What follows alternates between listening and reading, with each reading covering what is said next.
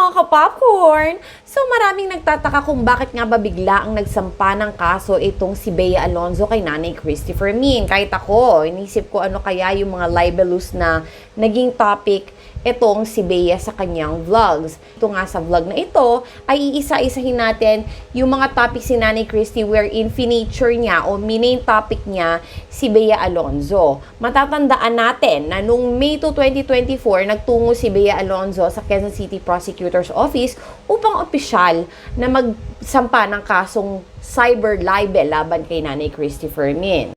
So, dawit din doon yung mga co-host niya na si Wendell Alvarez at si Romel Chica and Romel Villamorcia in real life. So, dun sa channel niya ay nakita natin na meron siyang mahigit na 644 videos, 438,000 ang followers niya. So, simple lang yung format ng kanyang mga video. Ang kanilang setting ay parang nag-uusap lang sila nila Romel Chica. For example, meron silang topic na sisimulan, magbabatuhan sila doon ng mga alam nila na chismis tungkol dito sa particular celebrity na to or itong tao na ito. Ngayong taon na ito ay merong 67 video uploads na itong Showbiz Now na channel na kay Nanay Christy, itong channel na to. So, sa 67 video uploads itong taon na ito, 16 doon ang kasama si Bea sa main topics ng chikahan. Hindi pa doon kasama yung mga ginagawang side topic itong si Bea. February 4, 2024. 4 days later ito, Bea Alonzo, nauntog na. So, binalita dito yung tungkol sa usap-usapang nagkahiwalay na nga itong si Bea at si Dominic. Tinalakay nila ang magkasalungat na reaksyon ni Bea at Dominic nang tanungin tungkol sa kanilang wedding preparations. Kasi kung matatandaan natin, on different occasions ay nagkaroon ng panayam itong si Bea at Dominic. Magkaiba nga sila ng sagot. Ang sabi ni Bea, actually nung tinatanong si Bea ay very unsure siya sa kanyang mga sinasagot dahil parang ang sagot niya, hindi ko pa alam, para mga ganon, di pa sure. So, wala pa sa plano. Yun yung mga sagutan niya. So, parang, dun pa lang sa mga sagot niya, sa kanyang panayam, ma-vibes muna na parang, there's something wrong. Dito na umugong ang espekulasyon na nagkaka-wedding jitters ang couple. So, yun yung unang chika, wedding jitters lang. Kasi nga sinasabi nila, hindi pa nila nasisimulan yung preparation ng wedding. So, hiniling ni Chrissy at ng co-host sa sana ay hindi matuloy sa hiwalayan ng kung anuman problema ng couple. February 7, 2024, yun ang sunod na naging topic ulit, si Bea. Ito ang mainit na balita ni Christy. Ang headline ng episode ay politiko ang may-ari ng condo unit ni Dominic. Alam ba ito ni Bea? Sa revelation nito ni Christy, may sources daw siya nagsabi na may nalaman si Bea tungkol kay Dominic kaya pinaiimbestigahan daw ng aktres ngayon ang kanyang kasintahan.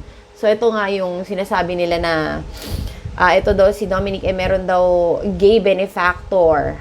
Kasi the way na sinasabi ni Chrissy itong balitang ito ay parang merong mali siya sa kanyang mga binabanggit na words at saka mga details. Parang it seems like gusto niyang iparating na ito si Dominic ay magtataka merong mamahaling kondo, nakatira sa mamahaling kondo at meron pang negosyo. Si OG Diaz, na-explain niya naman na ito daw si Dominic kaya daw ito maraming pera ay dahil daw malaking kinikita nito sa production niya. No? Hindi daw alam ng mga tao na malaki ang kinikita sa production. Base sa Instagram bio ni Dominic, pag-aari niya ang Black Pearl Hypermedia. Yun nga yun, yung sa production. Creative agency na may serbisyo para sa production at digital marketing solutions. Tapos, sabi din ni Christy ay meron daw, may-ari din daw si Dominic ng isang gasoline station.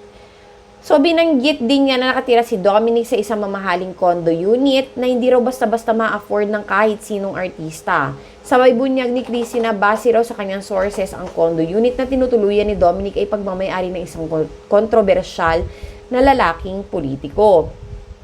Ngayon, kapag tinrace kung bakit nakapangalan doon sa politiko yung unit at bakit siya ang boss si Dominic, sabay pag-iwan sa palaisipan, kayo na lang po ang bahalang humusga kung ano ang nababalitaan niyo tungkol doon sa politiko at ang kanyang mga kaibigan. So, tinalakay din niya doon sa show niya usap-usapan sa social media na ang prenuptial agreement daw ang tinuturong dahilan kung bakit on the rocks ang relasyon ni Bea at Dominic. Dito binanggit ni Christy sa opinion ng netizens na ginagamit lang ni Dominic si Bea. Baka daw nauntog na si Bea dahil bulsa lang niya ang masasaktan. So, next is February 10, 2024. Makalipas ng 3 araw, nilabas naman sa online show ni Christy ang episode na titulong Look, Designer Paul Cabral, Damay si Bea Dom Issue.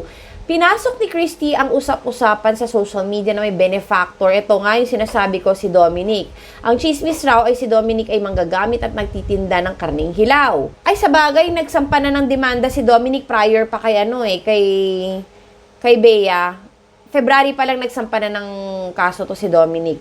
So pinaliwanag pa ni Christy na ang nagtitinda ng karneng hilaw ay may kinalaman sa mga indecent proposals at sa pagpatol sa mga lalaki.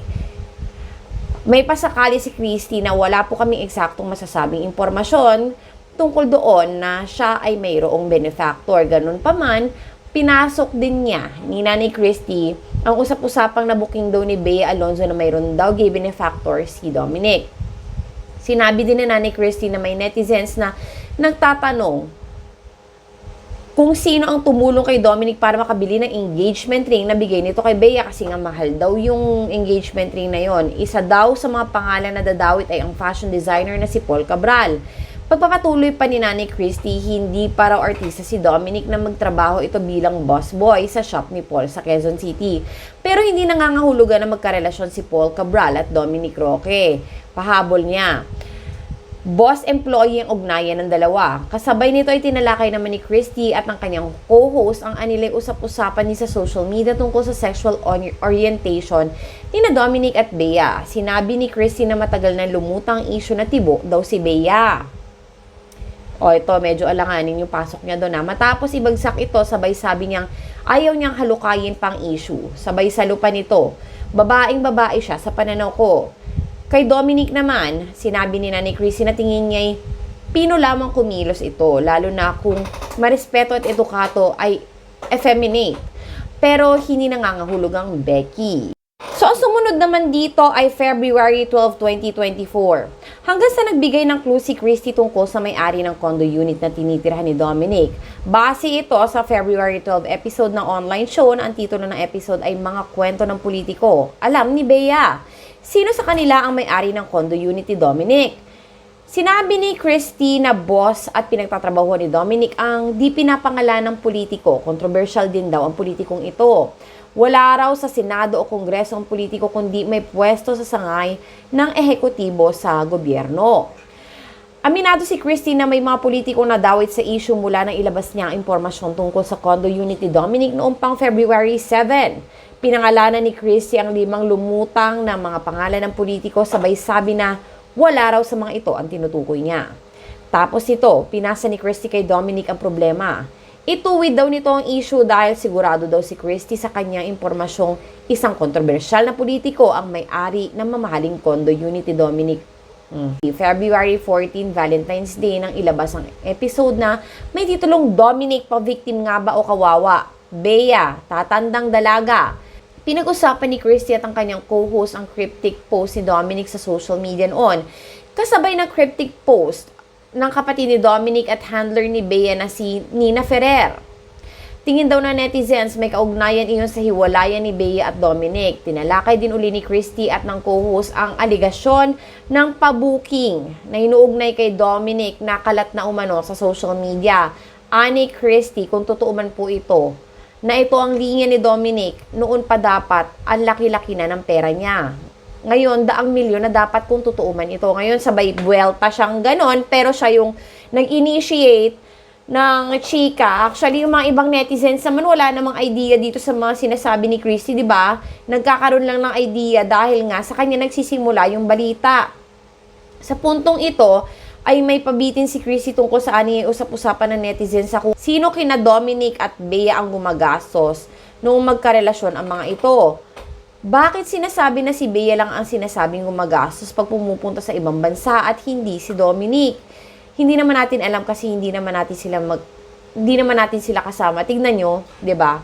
Yung mga banat niya, nagsasuggest siya ng mga impormasyon na hindi naman maiisip minsan ng netizens, 'di ba? Siya yung nag-i-inject sa mga utak ng mga marites actually, 'di ba? Parang ano siya kunwari babawiin, ganon, kunwari pagtatanggol, pero sa kanya talaga nanggagaling yung impormasyon. So, February 16, 2024, kung ang mga intriga kay Dominic ay nakasentro ang mga nakaraang episodes, si Bea naman daw ang pinuruhan sa mga sumusunod na episodes ng online show. February 16 ang ilabas ni Nanay Christy ang episode na may headline na Bea Naghugas Kamay. Pinunarito ni Christy ang joint statement ni Bea at Dominic tungkol sa kanilang hiwalayan. Sabi sa bahagi ng statement ni Bea at Dominic, "Unfortunately, some even confirmed our breakup without our consent, and some created ridiculous stories that had no basis and were utterly false. So we felt the need to share this announcement with great sadness for our peace of mind and our families." So, dito daw sa statement na ito, hindi daw nagustuhan ni Nanay Christy yung parang pasaring ng ex-couple na inunahan pa daw ng iba etong kanilang hiwalayan. Diniin ni Christy na public figure sila, kaya hindi raw maaalis na maibalita ang nangyayari sa buhay nila. Diniin din ni Christy na sa kampo mismo ni Bea at Dominic galing ang cryptic posts na ayon pa rin kay Christy at sa kanyang mga co-host ay nakadagdag sa espekulasyon tungkol sa kanilang breakup. Kung nagsalita raw agad si Bea at Dominic ay hindi raw sana lumaking issue. Sabay pinasok ni Nanay Christy mga yung kumakalat na negatibong komento sa social media laban kay Bea. Ano ang tawag sa kanya ngayon? Lola Bea, Chang Bea, Auntie Bea. May nagsasabi pa nga na, uy, hindi ka na bata para ganyan ang astahin mo. Hindi ka na spring chicken. May mga ganon. Pwede bang ibaba mo naman ang standards mo? Parang ang lumalabas na kawawa ngayon si Dominic. Kaya naman pala hindi nakatiis sa'yo ang mga dati mong karelasyon, o ito, libelous na to, ikaw pala ang manipulative. Nagkomento si Christy na nakalimutan ng publiko ang issue sa condo unit ni Dominic at biglang nasentro kay Bea. Siya pala dapat yung pa-victim sad girl, sabay hirit ni Christy. Wala raw ibang pwedeng sisihin kundi si Bea mismo. Nabaliktad na ang mundo ni Bea. At siya rin ang gumawa ng dahilan kung bakit. Sabay hirit niya sa mga kausap na co-host, ano ang kanta na ibibigay mo kay Lola? Kay Bea. Oh my God, may mga ganong pasaring. So, February 18, 2024, sa sumunod na episode ng online show, naungkat naman ang past relationships ni Bea. February 18 na lumabas ang episode na may titulong Gerald Bea, wala palang ghosting issue. So, doon tinalakay daw ni Nanay Christy at ang kanyang co-host ang kanilang usap-usapan ng insiders na vindicated ang ex-boyfriends ni Bea dahil may dahilan daw kung bakit hindi natatagalan ang ugali ng aktres ng kanyang mga karelasyon. So, ayon kay Nanay Christy, hindi raw ito sinasabing ghosting ni Gerald kay Bea na maghiwalay ito noong 2019. Kung naugnay man daw noon si Gerald sa leading lady nito sa pelikula na si Julia Barreto noong panahon na iyon, ay nagkikita na rin daw si Bea at Dominic nung time na yon. Pareho pala sila na meron ng kanya-kanyang mga kinikita. So, base raw ito sa sariling pagsusuri ni Nanay Christy at ang kanyang co-host sa timeline ng pagdi-date ni Bea at Dominic. Kasi binanggit ni Nanay Christy sa isang panayam kay Dominic kung saan sinabi daw nito na 2019 pa lang ay nagdi-date na sila ni Bea. Pero as a friend. So, pinakita sa video ng show ang litrato ni Bea at Dominic kasama si Gabby Garcia, Khalil Ramos na kuha sa Japan. Kung pareho raw may pinagkakaabalahang iba si Bea at Gerald noong 2019, edi pareho daw silang nag-ghosting. February 20 nang basagi ni Dominic ang pananahimik sa mga isyong binabato sa kanya. Kinondena ni Dominic ang aniyay mga mapanirang tirada ni Christy sa kanya. Base ito sa isang official statement ng kanyang abogado na nasa Fernandez and Singson Law Office. Sabi din dito, ang nagmamay-ari ng condo unit ni Dominic ay si Dapitan City Mayor Bullet Halushos. Pero mariing tinanggi ng abogado ni Dominic ang akusasyong benefactor ng aktor si Halushos. So makikita mo naman kasi nung time na ini-interview si Halushos, parang deadma lang. Pero at least pinaliwanag din niya yung katotohanan.